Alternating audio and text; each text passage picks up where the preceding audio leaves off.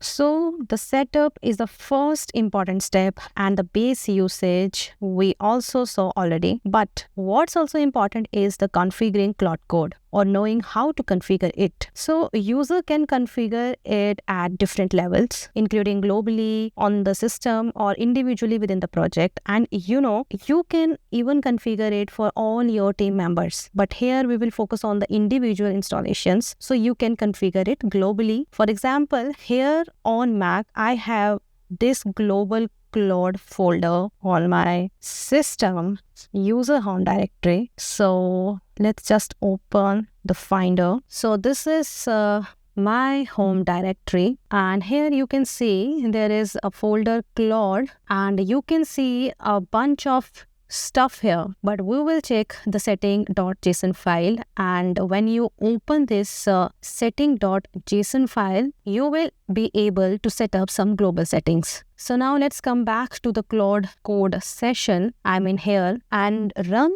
command/config. This is the config menu. Okay, so by running command/config, it will bring up that configuration menu. You can change any configuration while you are here. For example, if you want to change the theme, then you can see there is another menu. Dark mode you can select, light mode you can select, but there is one more, auto mode. But I don't want any change in the theme. I like the theme in the dark mode. Here you can change other settings too. For example, if you want to save tokens and you don't have complex tasks, then you could just turn off the thinking mode. So here you will find out the configurations. For example, I want to turn off the thinking mode. This is the thinking mode, which is true by default. So I am just turning off this thinking mode. This is false, and let's select this. So I made this change in my Claude CLI, and remember, whenever you change your configuration setting from here,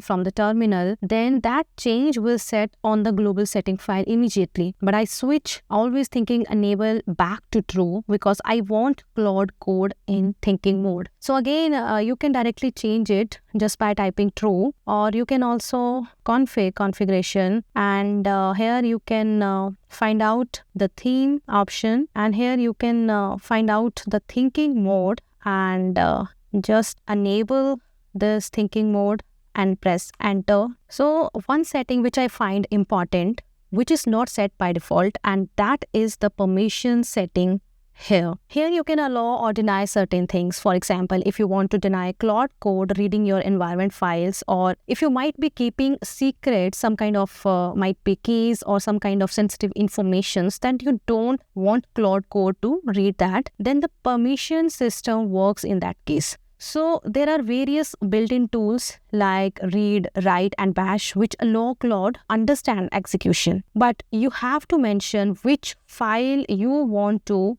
deny using these tools. Now the other most important thing is there is another place where setting can be stored, and that is inside your project folder. Here, just cross this, and let's create a new folder here. Claude is the new folder, and inside this Claude folder, create a new file named as setting.json. Let's take one more file, setting.local.json. So in this setting.json file, you can set up Claude settings, which are global settings for this particular project. You can also add a setting local.json file that I have created just below this setting.json, which will be a project specific setting file that will override the global settings and the settings that you have right inside this setting.json. So the benefit of this is that it is not a part of your GitHub repository. For example, if you are in a team, you are working with a team, and you are working on a